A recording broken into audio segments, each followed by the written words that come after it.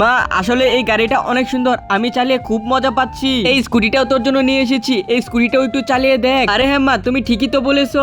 আরে এই যে বাবা, আমিও এরকম একটা কার নেবো। আরে এই যে তুই এটা কি বললি, আরেকবার বল। আরে আমি তো আমার বাবাকে বলেছি এরকম একটা গাড়ি কিনে দেওয়ার জন্য। আরে তোমাদের কি সামর্থ্য আছে নাকি এরকম গাড়ি কেনার জন্য? আর ওই কারটা তো আরো আগে কিনতে পারবে না। আরে হ্যাঁ মোনা, সত্যি আমি তোকে মনে হয় এত দামি গাড়ি কিনে দিতে পারবো না।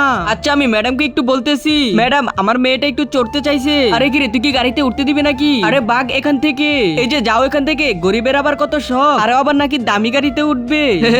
দেখ কত নির্লজ্জের মতো চলে যাচ্ছে। আরে কি মজা কি মজা, আমার খুব আনন্দ লাগতেছে। আরে মা, আমিও এই জুকারটার কাঁধে উঠতে চাই। আচ্ছা বলতেছি আমি এক্ষুনি। এই জুকার, তোর কাঁধে ওকে একটু উঠিয়ে নে। আরে আপনি কি আমাকে বলতেছেন নাকি? তারপরে যা হয়েছিল তা দেখার আগে বন্ধুরা এই ছবিটার জন্য ভিডিওতে লাইক সাবস্ক্রাইব করে দাও। আরে এই যে ভাই, আপনি কি জুকার ছিলেন নাকি? মা, আমি তো ওনার কাঁধে উঠতে চাই। আরে তুই কি চিনতে পারছিস না নাকি? বাড়ি চল। এই যে ম্যাডাম একটু দাঁড়ান। আরে যা এখান থেকে, একদমই উঠাবে না ওকে। আমার মেয়ে যখন বারণ করে দিয়েছে, এখানে আমার কিছু করার নেই।